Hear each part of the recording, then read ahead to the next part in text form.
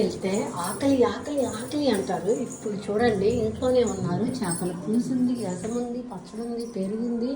అయినా కూడా చూడండి ఏం చేస్తున్నారో చూసేద్దాం. ఇది ఫ్రాంక్, కానీ పిల్లలకైతే అస్సలు తెలియదు. అన్నం అంటాను చూడండి ఎలా అంటారు.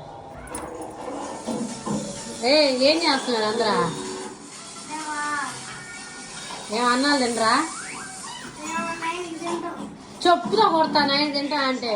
బయటకు వెళ్తే బిర్యానీ ఉంది, రండి తిందురు.